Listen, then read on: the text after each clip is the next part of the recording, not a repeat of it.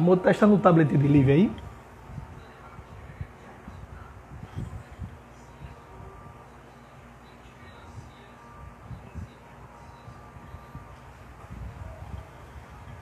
Boa noite, queridos irmãos. Boa noite, queridas irmãs. Mais uma noite de live. Mais uma noite onde vamos poder conversar um pouco sobre nosso Senhor Jesus Cristo, sobre essa doutrina espírita maravilhosa, sobre os ensinamentos que precisamos seguir para que consigamos vencer e domar nossas más inclinações. Eu rogo nesse momento que Jesus, que Jorge e que todos os espíritos bons e amigos que aqui se fazem presente possam nos abençoar, possam nos intuir e possam nos iluminar. Eu vou começar trazendo um poema bem bonito. O título do poema é Conta e Tempo, para que a gente ganhe um tempinho enquanto as outras pessoas ainda estão entrando na live. E o poema nos diz o seguinte: Conta e tempo. Deus pede hoje estrita conta do meu tempo. E eu vou do meu tempo dar-lhe conta. Mas como dar sem tempo tanta conta? Eu que gastei sem conta tanto tempo. Para ter a minha conta feita a tempo, o tempo me foi dado e não fiz conta. Não quis, tendo tempo, fazer conta. Hoje quero fazer conta e não há tempo. Ó vós, que tendes tempo sem ter conta, não gasteis vosso tempo em passatempo. Cuidai, enquanto é tempo, em vossa conta, pois aqueles que sem conta gastam tempo, quando o tempo chegar de presta conta, chorarão como eu, por não ter tempo. Essa mensagem é do Frei Antônio das Chagas, e é uma mensagem que traz para a gente a importância do tempo. E hoje nós vamos falar sobre as bem-aventuranças. As bem-aventuranças que são tão importantes para a gente. Só que antes de falar das bem-aventuranças, vamos orar, vamos elevar nosso pensamento ao alto e pedir a Deus proteção, pedir a Deus discernimento, pedir a Deus inspiração. Pai de infinita misericórdia, te agradecemos pela oportunidade de estarmos unidos e reunidos em teu nome.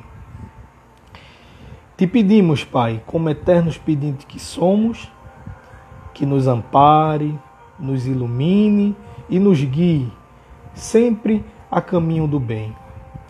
Que onde haja um grito de dor e uma lágrima de desespero, que teu amor se faça presente. Que tu consiga, Pai, transformar todos os nossos defeitos em virtudes, todas as nossas queixas em testemunhos de amor a ti e a teu Filho Jesus, e dai-nos a oportunidade de te servir e de servir a teu Filho Jesus sempre a serviço do amor, da paz e da caridade. Te agradecemos por essa oportunidade de estarmos unidos e reunidos em teu nome, pois lembremos que sempre que estiver um, dois ou mais reunidos em nome do teu Filho, nosso Senhor Jesus Cristo, ele ali estaria presente. Pedimos também ao mentor da casa Jorge, juntamente com a equipe espiritual dessa casa maravilhosa de trabalho e oração, que possa visitar nossos lares e que possa nos auxiliar da melhor forma possível. Assim seja. Vamos falar hoje de um tema por demais importante, que são as bem-aventuranças. Mahatma Gandhi nos diz que caso todas as obras fossem queimadas e todos os livros fossem perdidos e restassem tão somente as 8 ou 9 linhas das bem-aventuranças nada estaria perdido. Pois Jesus sintetizou nesses ensinamentos tudo o que precisamos para que a gente cresça, para que a gente evolua e para que a gente melhore a cada dia. A primeira bem-aventurança é a bem-aventurança que Jesus traz para a gente, que é: bem-aventurados os pobres de espírito, porque deles é o reino dos céus. E seguindo o Evangelho nos diz o seguinte, no capítulo 7, no item 1 e 2: bem-aventurados os pobres de espírito, porque deles é o reino dos céus. Aqueles que não acreditam zombam desse ensinamento moral. Bem-aventurados os pobres de espírito. Como tem zombado de outras afirmativas de Jesus, por não entendê-las. Pobres de espírito, Jesus não se refere aos homens desprovidos de inteligência, mas sim aos humildes. Ele diz que é para estes o reino dos céus, e não para os orgulhosos. Se nós formos no dicionário e buscarmos o significado da palavra humildade, nós vamos encontrar no dicionário que humildade é a virtude que consiste em conhecer as suas próprias limitações e fraquezas. É agir de acordo com essa consciência. Refere-se à qualidade daqueles que não tentam se projetar sobre outras pessoas, nem mostrar-se superior a elas. Em contrapartida, o orgulho, ao que Jesus também nos fala, é o sentimento de prazer, de grande satisfação com o próprio valor, com a própria honra. É um sentimento egoísta, admiração pelo próprio mérito, excesso de amor próprio, arrogância, soberba. E esse sentimento do orgulho, ele nos deixa totalmente prepotentes, pois a gente passa a acreditar que nós somos melhores do que os outros. E Jesus nos diz que a humildade é sempre a melhor opção. Então, buscando ainda o Evangelho, nós vamos encontrar o Espírito de Lacordaire nos dizendo o seguinte, no item 11 do capítulo 7. E vejam e observem o respeito e o amor que esse Espírito tem por cada um de nós. Porque ele abre essa palavra trazendo para a gente uma saudação que muitos e muitos não conseguem fazer hoje, mesmo com esse conhecimento que nós temos. Lacordaire começa nos dizendo o seguinte, que a paz do Senhor seja convosco, meus queridos amigos. Aqui venho para encorajar-vos a seguir o bom caminho. Veja que amor desse espírito grandioso da codificação. E aí ele traz para a gente o seguinte: aos pobres de espíritos que habitaram outrora a terra, conferiu Deus a missão de vos esclarecer. Bendito seja Ele, pela graça que nos concede, a de podermos auxiliar o vosso aperfeiçoamento. Que o Espírito Santo me ilumine e ajude a tornar compreensível a minha palavra, outorgando-me favor de pô-la ao alcance de todos. Ó vós encarnados, que vos achais em provas e buscai a luz, que a vontade de Deus venha em meu auxílio para fazer-lhe brilhar aos vossos olhos. A humildade é virtude muito esquecida entre vós. Bem poucos seguidos são os exemplos que dela vos tem dado. Entretanto, sem humildade, podeis ser caridosos com o vosso próximo? Certamente que não. Oh não, pois que este sentimento nivela os homens, dizendo-lhes que todos são irmãos, que se devem auxiliar mutuamente e os induz ao bem.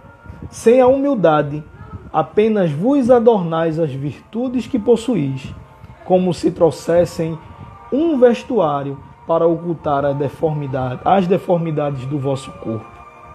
Lembrai-vos daquele que nos salvou. Lembrai-vos de sua humildade, que o fez tão grande colocando-o acima de todos os profetas. E ele continua: o orgulho é o terrível adversário da humildade. Se o Cristo prometia o reino dos céus aos mais pobres, é porque os grandes da terra imaginam que os títulos e as riquezas são recompensas deferidas ao seu mérito e se consideram de essência mais pura do que os pobres. Julgam-se que os títulos e as riquezas lhes são devidos, pelo que, quando Deus lhe retira, o acusam de injustiça. Ó ridícula cegueira! Pois então Deus vos distingue pelo corpo. O envoltório do pobre não é o mesmo do rico? Terá o Criador feito duas espécies de homem? Tudo o que Deus faz é grande e sábio. Não lhe atribuais nunca as ideias que os vossos cérebros orgulhosos engendrem. Então, fica claro com a lição de Lacordaire que existe na Terra dois tipos bem distintos. Os que são pobres de espíritos e assim são humildes, como Jesus pede na lição, e os que são de espíritos pobres, que são os orgulhosos, que são os vaidosos, que são as pessoas que perdem tempo ainda se achando superiores àquelas que elas julgam inferiores. Eu tenho um exemplo para dar assim bem simples. Todos os dias eu costumo acordar cedo porque eu levo Natália para o trabalho. Não estava acontecendo isso porque a gente estava naquele momento de lockdown e estava no rodízio, e aí a maioria dos dias que estava no rodízio ela foi de carro para o trabalho. Mas o que é interessante de eu precisar acordar cedo é que eu me encontrei com um senhor que já fazia muito tempo que ele fazia esse trabalho aqui na rua e eu não sabia que ele fazia esse trabalho pelo corre-corre do dia a dia. E o que é que acontece? Eu passei uma semana acordando cedo para me encontrar com o gari que retira o lixo da rua aqui que eu moro. E por que é que eu estou falando desse homem? Porque faça chuva, faça sol, independente de clima, de tempo, ele amanhece o dia cantando e louvando a Jesus. Pelas músicas que ele canta, certamente ele é um homem evangélico e é daqueles evangélicos de verdade. E chega a ser vergonhoso para a gente reclamar de alguma coisa vendo a forma que ele age enquanto ele recolhe lixo. E ele canta a Jesus, ele louva a Jesus. E certo dia eu até chamei Natália para vir ver. Eu disse: Natália, vem ver, que cena. E Natália veio e olhou, e aí ele continuou cantando a música louvando a Jesus e dizendo que quem aceita Jesus aceita a vida, quem anda com Jesus nunca anda só. E aquilo comove quem vê. A gente fica a se perguntar de onde vem tanta fé, de onde vem tanta esperança e de onde vem tanta humildade. Porque é um serviço que a gente sabe que não é valorizado. É um serviço que a gente sabe que eles se tornam quase que invisíveis para a sociedade. E, no entanto, ele está ali, alegre, feliz, por estar desenvolvendo a função dele e por estar louvando a Jesus no seu momento de trabalho, que é uma das coisas até difíceis de a gente fazer hoje no dia a dia. Então, ser humilde é o primeiro degrau, das bem-aventuranças que Jesus nos traz. O que vale salientar é que Jesus, quando trouxe as bem-aventuranças, Jesus não trouxe a bem-aventurança para um povo que vivia confortável, para um povo que tinha bens materiais, para um povo que era reconhecido na sociedade, não. É tanto que se a gente fosse ater ao que está no Novo Testamento, o Novo Testamento, um evangelista diz que ele subiu, o outro diz que ele desceu. Vamos considerar que ele estava no meio do monte.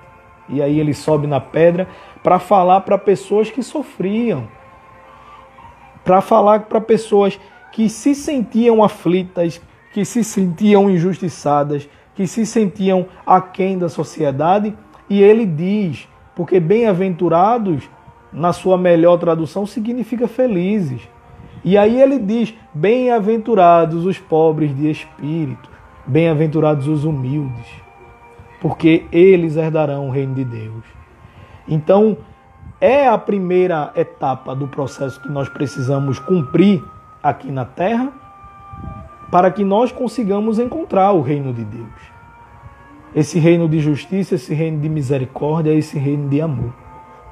O segundo degrau que ele traz para a gente é justamente o degrau da resignação, pois ele diz, bem-aventurados os aflitos, porque eles serão consolados.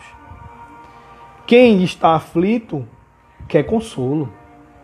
Às vezes esse consolo vem através de um amigo, às vezes esse consolo vem através de um desconhecido, às vezes esse consolo vem através de um filho, de um pai, de uma mãe, de um irmão. E o que é interessante da afirmativa dele é que ele diz que quem estiver aflito será consolado. Só que quando a gente se atém ao Evangelho, o Evangelho nos mostra que precisamos ter o olhar mais à frente. O olhar espiritual para a questão consolação. Porque ele nos diz o seguinte, somente na vida futura podem efetivar-se as compreensões que Jesus promete aos aflitos da terra. Sem essa certeza do futuro, essas máximas seriam um contrassenso. Mais ainda, seriam um engodo. Mesmo com essas certezas, dificilmente se compreende a conveniência de sofrer para ser feliz.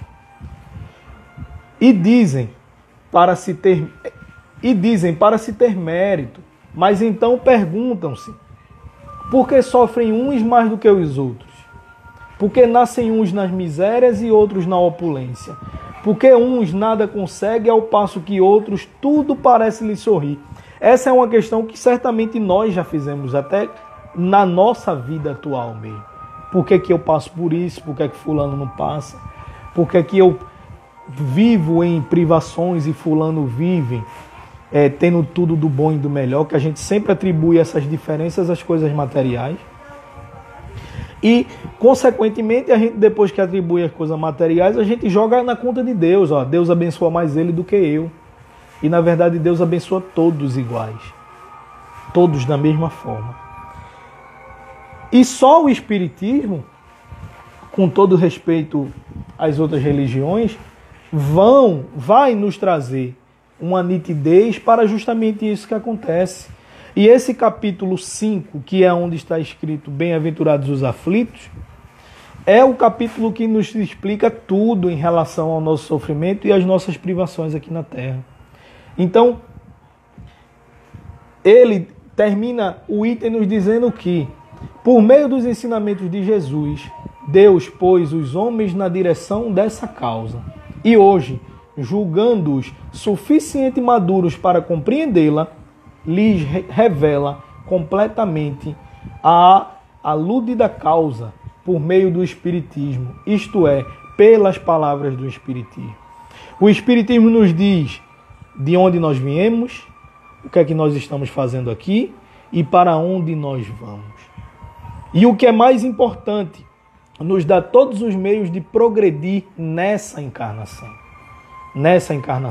Se você me perguntar qual é a encarnação mais importante que nós vamos ter na nossa vida espiritual, eu vou dizer a você com toda tranquilidade que é a atual. E principalmente nós que já estamos tendo conhecimentos evangélicos, conhecimentos espíritas, conhecimentos cristãos. Veja o movimento que o Espiritismo causa, que o conhecimento espírita causa em todos nós, ao passo que a gente mergulha de corpo e alma no que ele pede que nós façamos.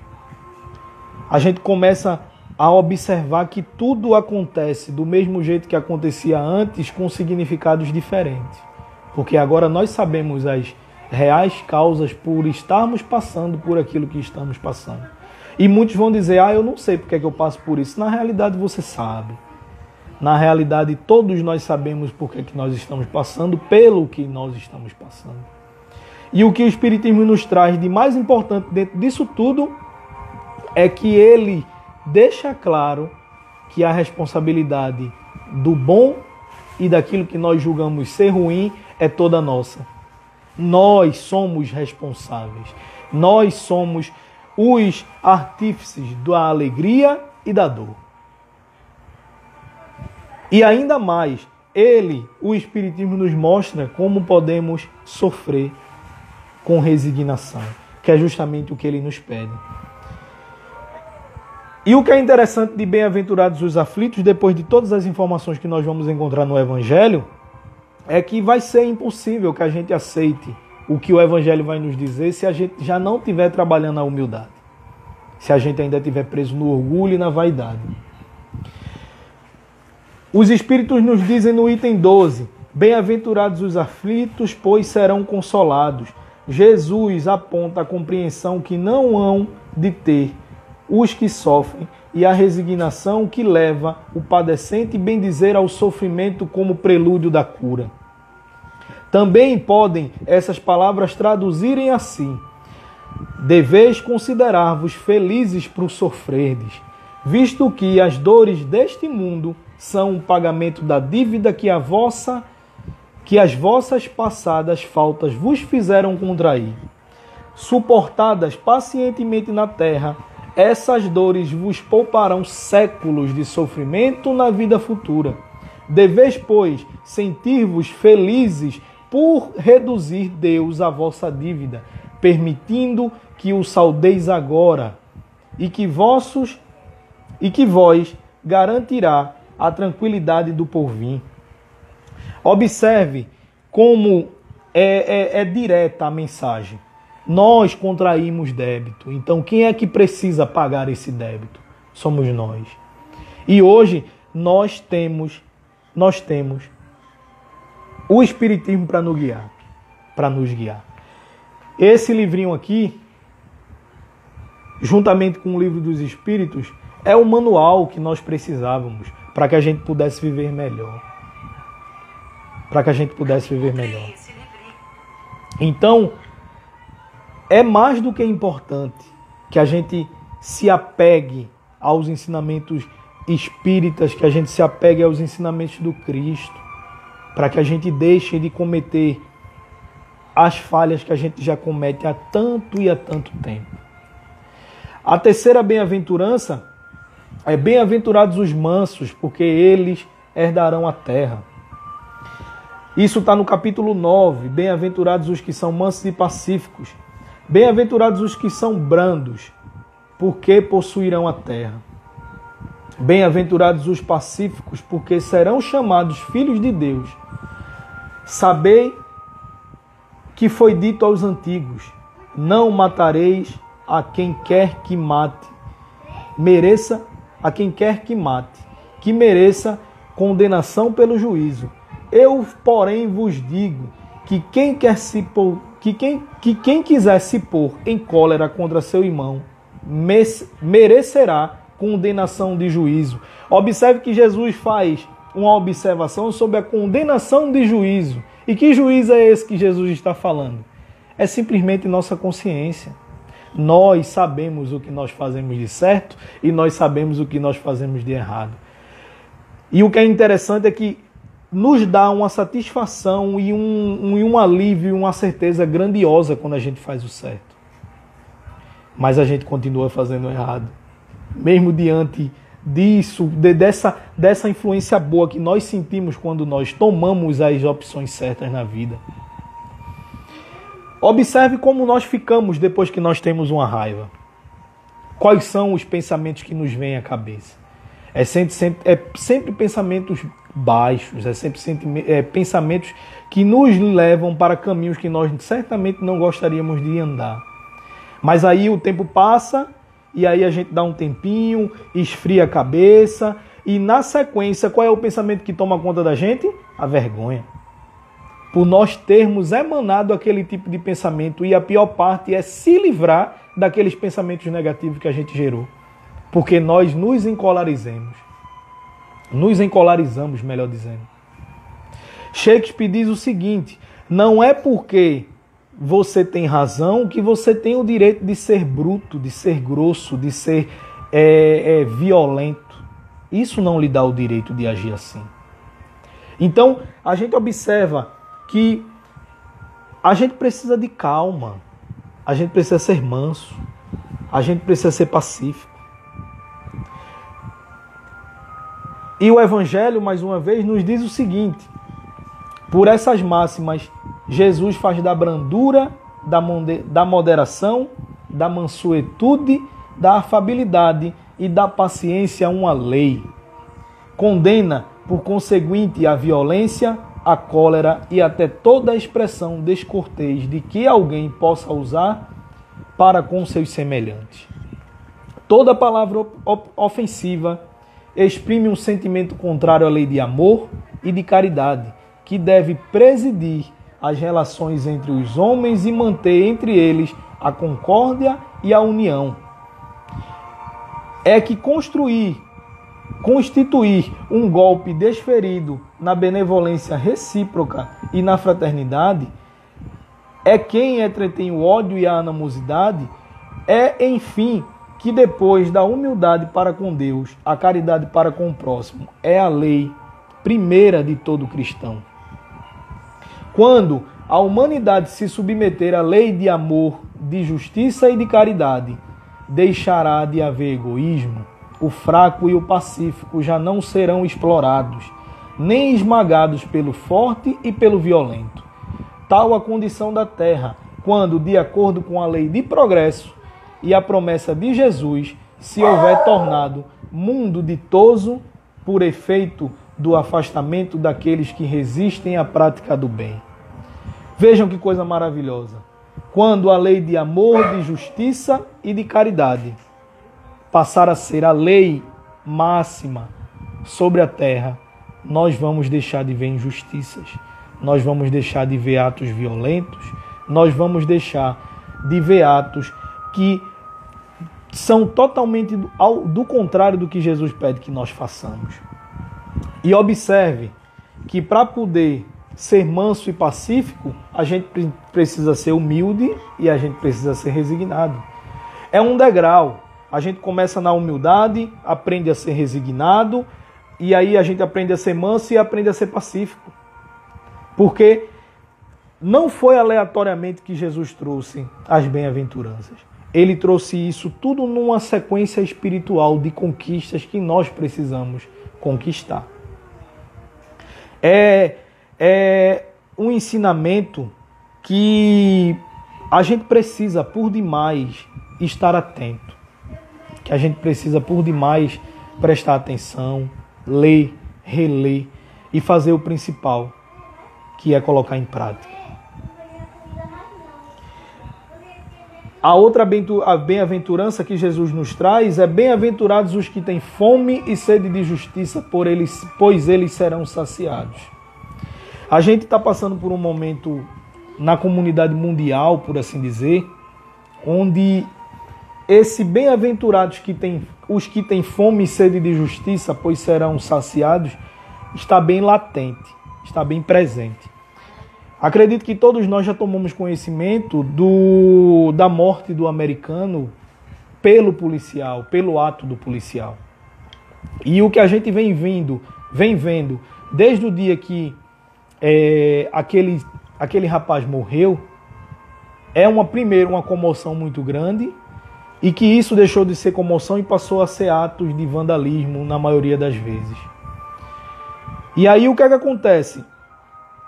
Essas pessoas estão todas atrás dessa fome e dessa sede de justiça. Só que eu faço uma pergunta, sem tirar o mérito da questão, porque aquilo também me doeu muito.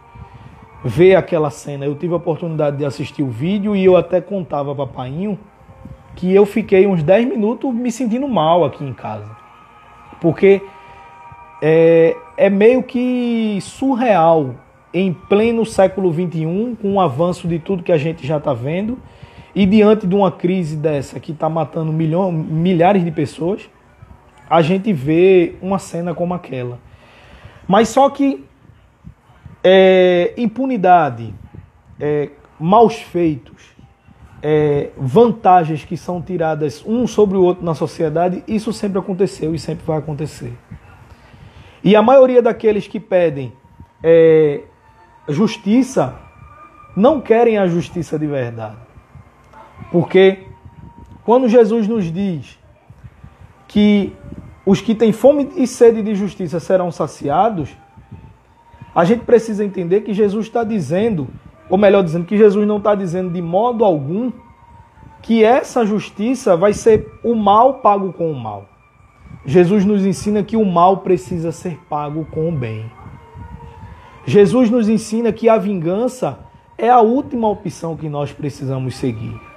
Então, o que é que Jesus quer que nós façamos nessas condições?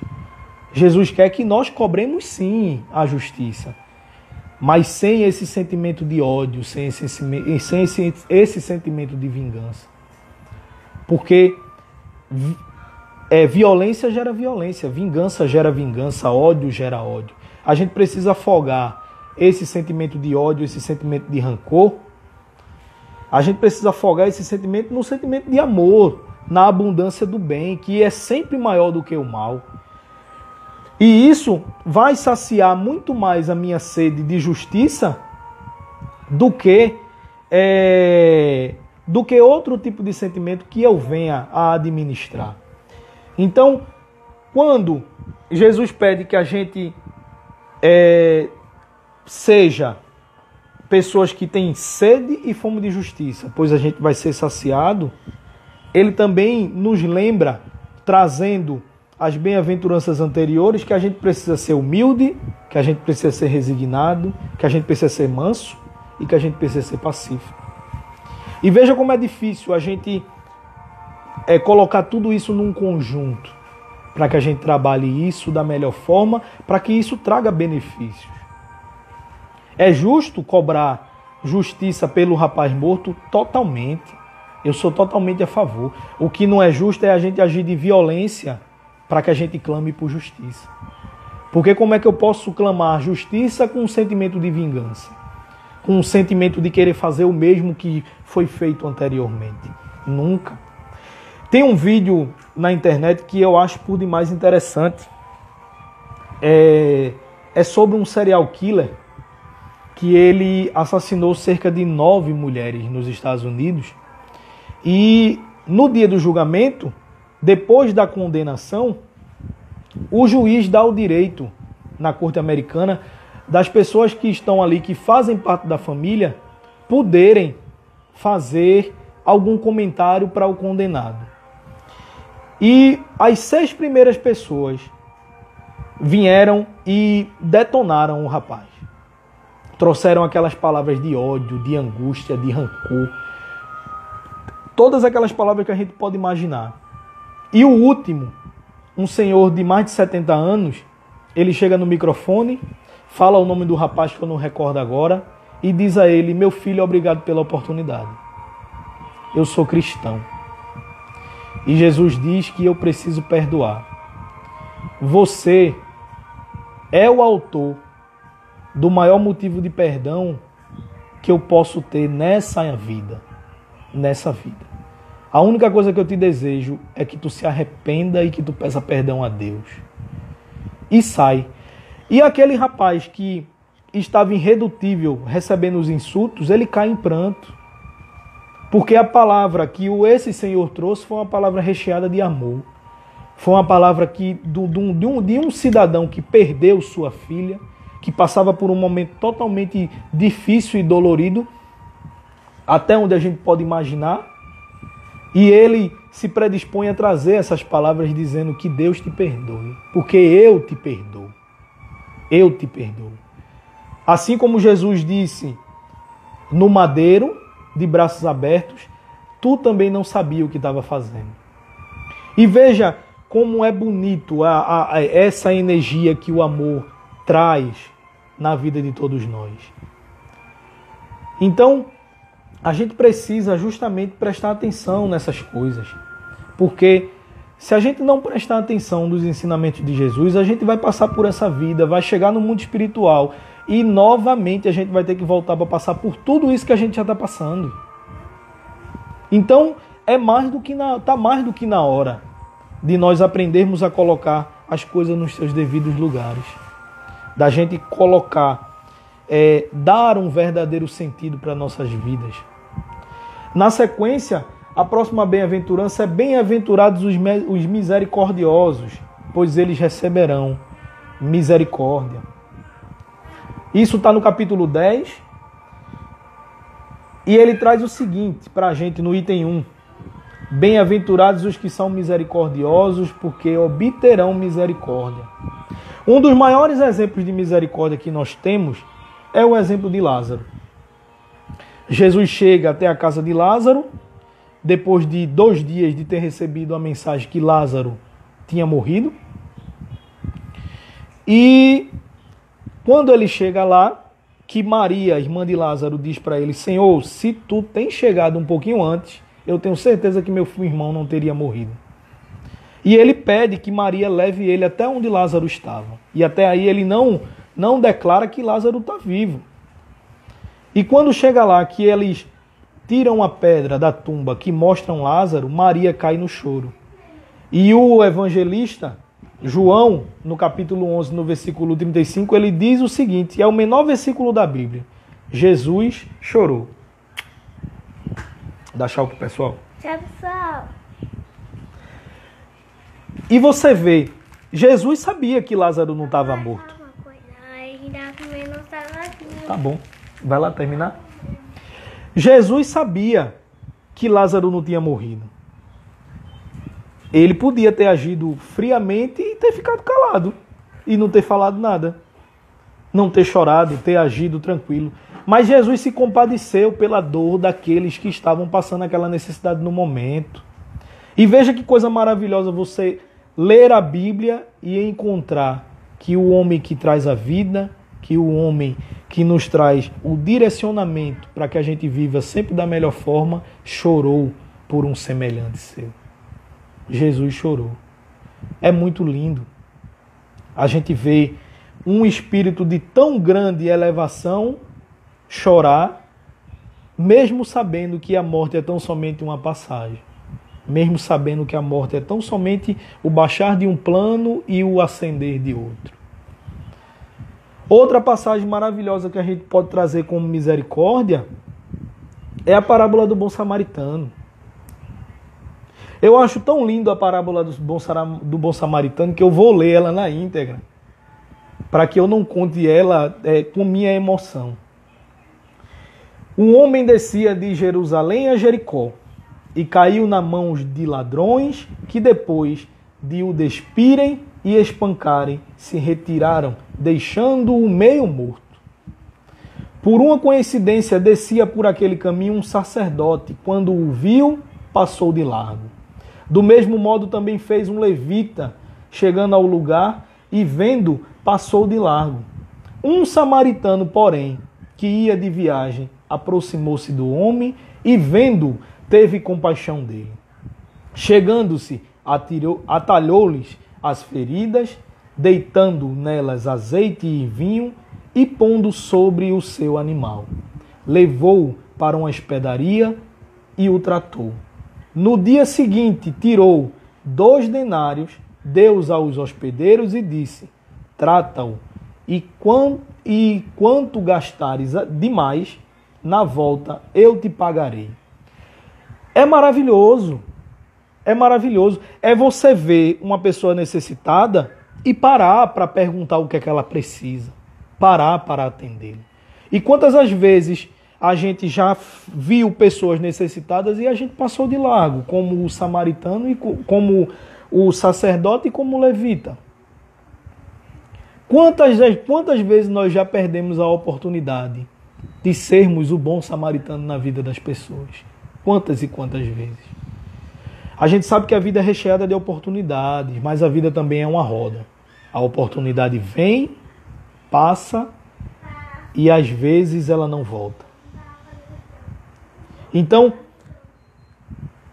quando Jesus diz, bem-aventurados os misericordiosos, pois eles receberão misericórdia, ele está automaticamente nos dizendo, faça pelo seu próximo aquilo que você gostaria que seu próximo lhe fizesse.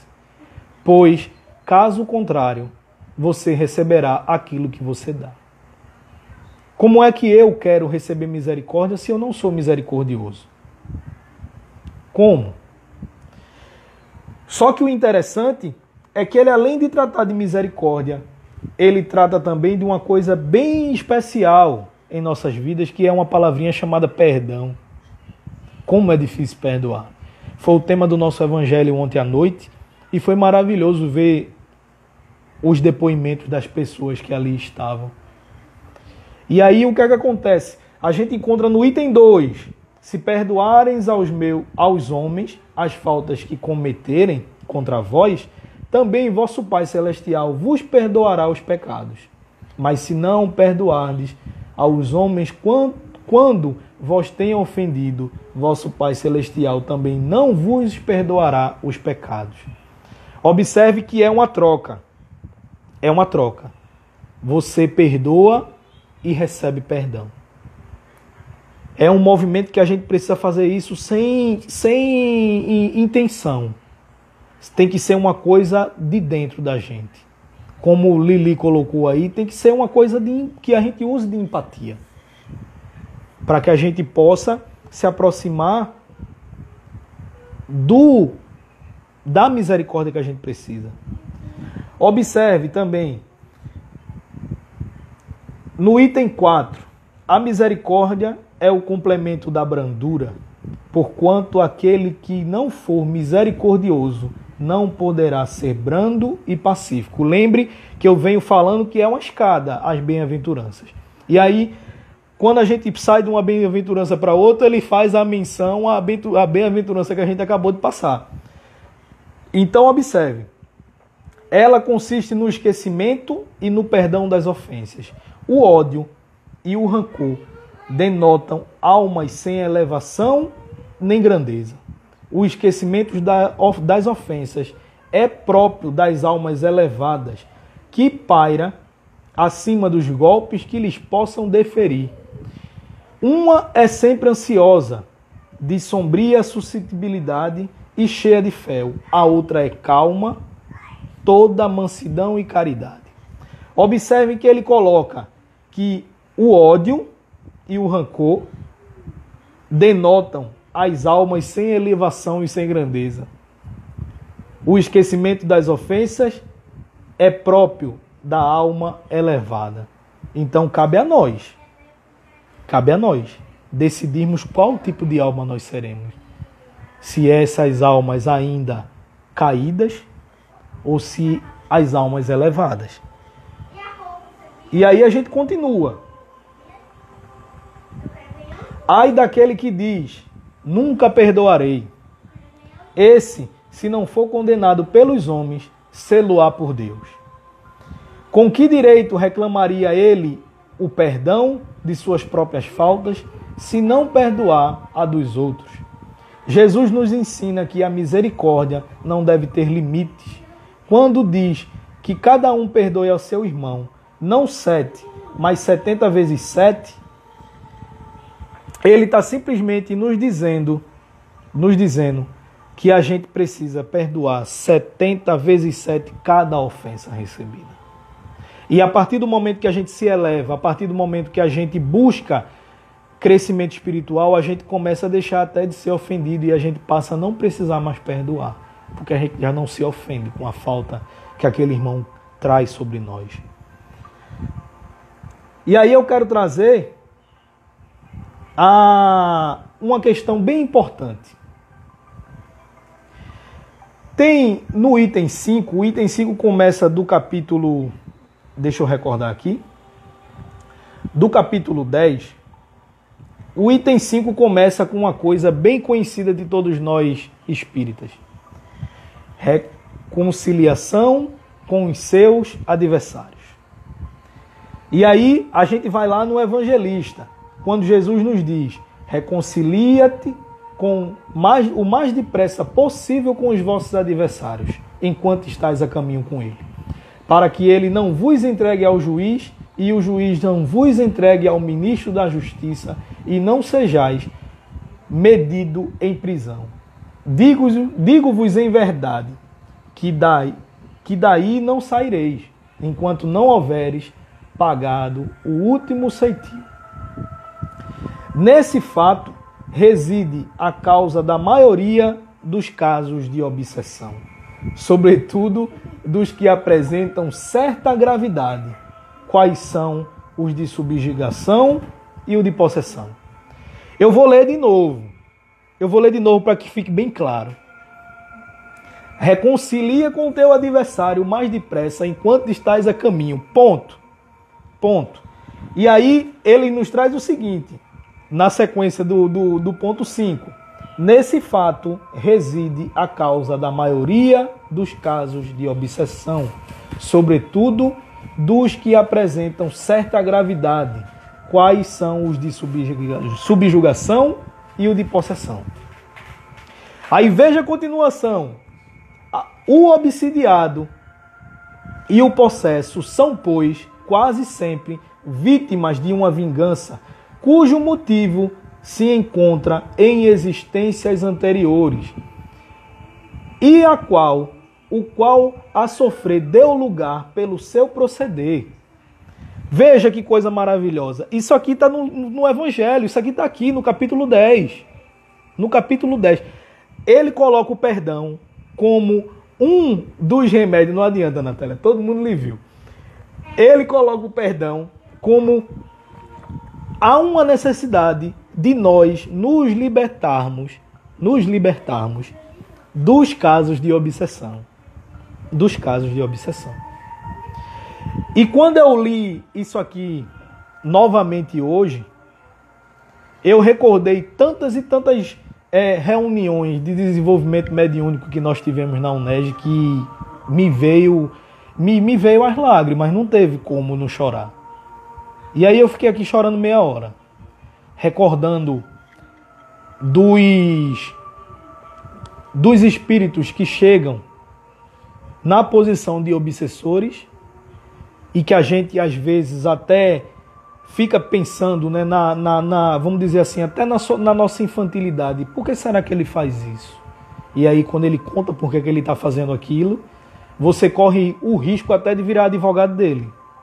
Quando na verdade a gente não pode se deixar levar por esse tipo de emoção. Porque independente do que tenha acontecido em vidas passadas, ele está cometendo um erro. E isso não é o certo a se fazer. Pois a lição está dizendo, misericórdia, você quer? Então dê misericórdia. A partir do momento que a gente conversa com esses espíritos e pede que eles perdoem, a gente vê o tamanho da dificuldade que é para que esse perdão chegue. E como é ruim uma vida sem perdoar. Como é ruim uma vida sem perdoar. Não é à toa que a gente vai encontrar mais na frente que o perdão é o sacrifício mais agradável a Deus. Você perdoar uma coisa que... Para contar uma coisa, chegando pedido aqui. a gente perdoar as ofensas é a gente se fazer grande, mesmo sendo pequeno, observação. Mas quando a gente reage dessa forma que Jesus reagiu, preso no madeiro, Pai, perdoa, eles não sabem o que fazem. É muito profundo. É muito profundo. É muito emocionante. E você vê que o maior advogado no campo do perdão que nós podemos ter para a gente, para que a gente adquira perdão por nossas faltas, são nossos atos de caridade verdadeira. Meus irmãos que conhecem a história vão lembrar que uma jovem que sofre ainda de um problema muito grave de obsessão, o espírito chega para ela dentro da sala mediúnica na UNEG e diz para ela o seguinte: no dia que você entregar um prato de sopa com amor, eu deixo de lhe perseguir e passo a lhe ajudar. Veja a importância de você ter a caridade como sua bandeira, como seu advogado, como seu melhor defensor. A caridade, seus atos. Não é o ato de Edilson, não é o ato de Tamires, de Eduardo, de Carlos.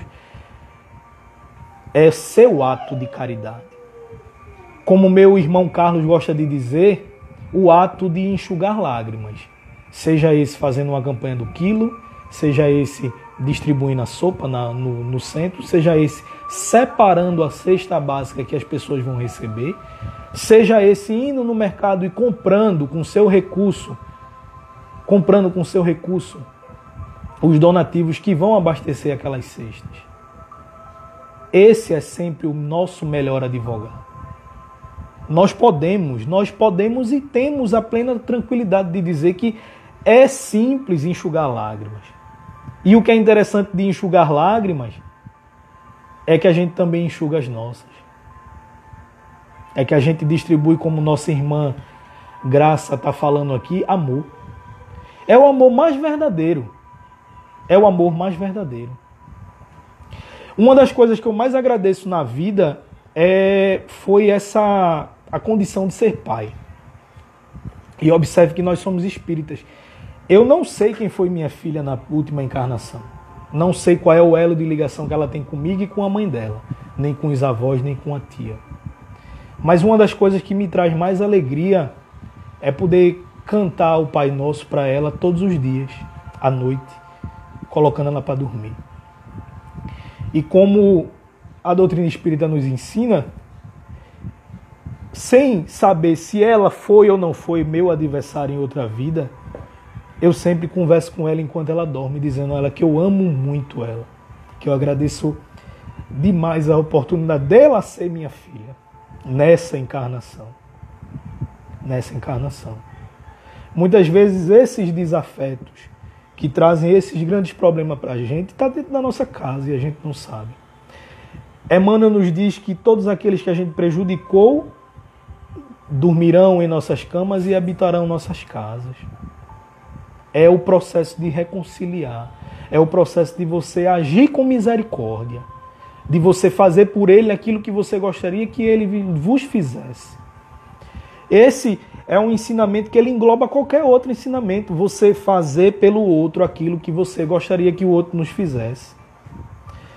Jesus coloca isso claramente. Jesus coloca isso com toda tranquilidade em toda a sua caminhada. Em toda a sua caminhada. A gente precisa entender que o amor, a caridade, a renúncia, a misericórdia, a empatia, a resiliência, a resignação são os sentimentos que a gente precisa desenvolver. A gente precisa desenvolver para que a gente desperte o quanto antes para o que é importante na vida. Veja o que esse vírus está fazendo com a humanidade. Muitos estão perdendo a oportunidade, mas muitos também estão aproveitando a oportunidade. Eu duvido que o setor da saúde no mundo volte a ser como era antes. Eu duvido. Antigamente a gente chegava no consultório, muitos médicos nem olhavam para a gente. Eu duvido que depois dessa crise eles atendam a gente como eles atendiam antes. E a necessidade foi tão grande que alguns médicos criaram a ideia de colocar uma foto sua sorrindo para que o paciente se sentisse abraçado por ele, dizendo: você não está só, você está aqui, eu estou aqui com você. E essa é uma certeza